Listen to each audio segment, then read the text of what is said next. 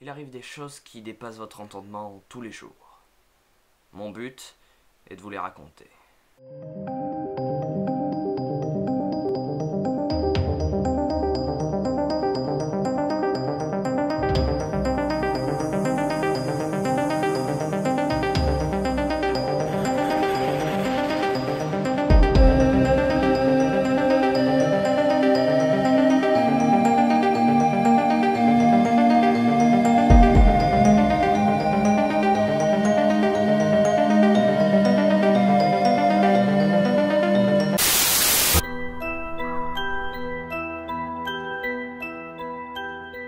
Sa vie était désormais pleinement accomplie. Il avait amassé une fortune gigantesque et créé une entreprise qui avait renversé les plus grands en bourse. Il avait la capacité financière pour tout posséder. Et il possédait tout. Tout à part une chose, un presse-papier. Il comptait en acheter un le jour où commence cette histoire. Son majordome ayant un jour de congé, il dut conduire lui-même jusqu'à la ville. Après un parcours d'une vingtaine de minutes, il arriva enfin aux abords de la cité. Le magasin qu'il cherchait se trouvait dans un petit quartier étroit, à peine nettoyé. Il ne connaissait pas ce magasin, mais il l'avait cherché sur internet pendant quelques minutes. Où il était, bien noté, pas trop cher, pas trop loin, bref.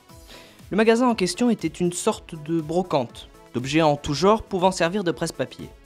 Il répondait au nom de presse-objet. À l'intérieur, se dressait sur de longues tables un grand nombre de petits presse-papiers, allant de la divinité hindoue au vaisseau spatial de science-fiction.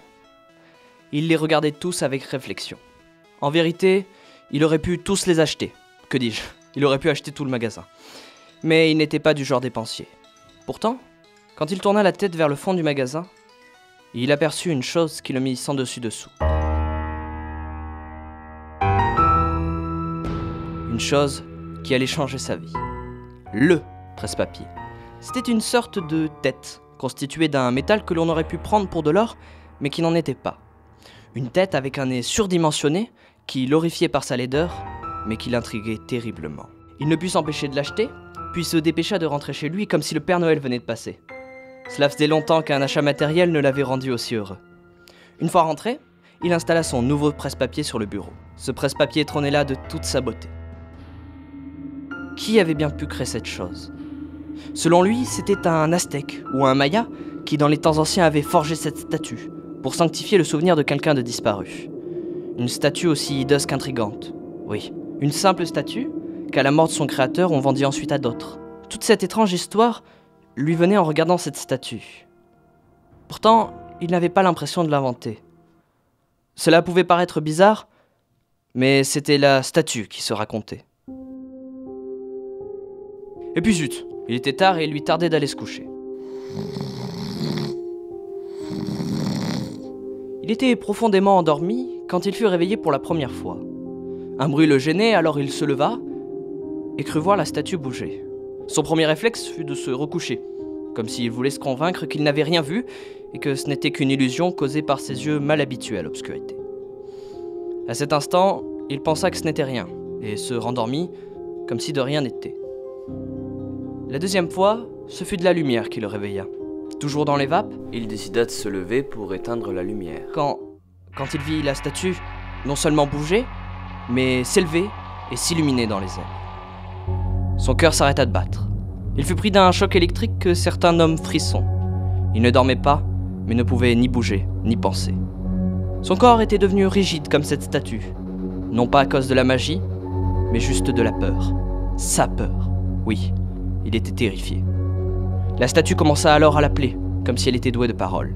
Rémi, viens à moi.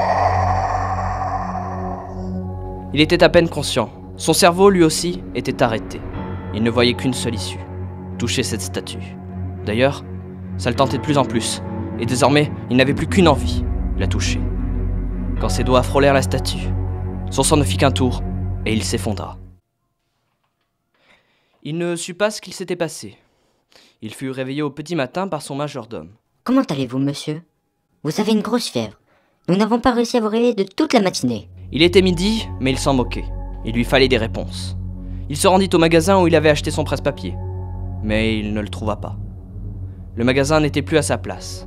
Il avait disparu. Quand il rentra chez lui, la statue aussi avait disparu. Et quand il demanda à son majordome où était son presse-papier, celui-ci lui répondit simplement « Je n'ai pas vu un seul presse-papier dans cette maison depuis des années. »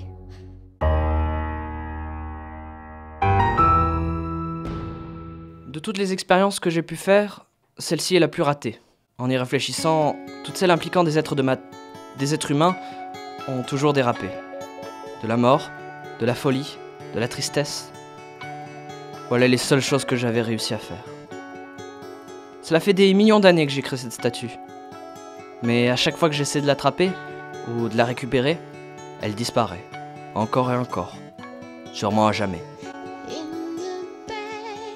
J'ai bien des remords sur beaucoup de choses, d'actions que j'ai pu faire. Mais tout ceci est une autre histoire. Je vais devoir me remettre en quête de cette maudite statue, et je la détruirai le moment venu. C'est ce que je fais pour la plupart de mes erreurs. À part une. Mais ce n'est pas le moment de vous en parler. Vous le saurez bien assez tôt.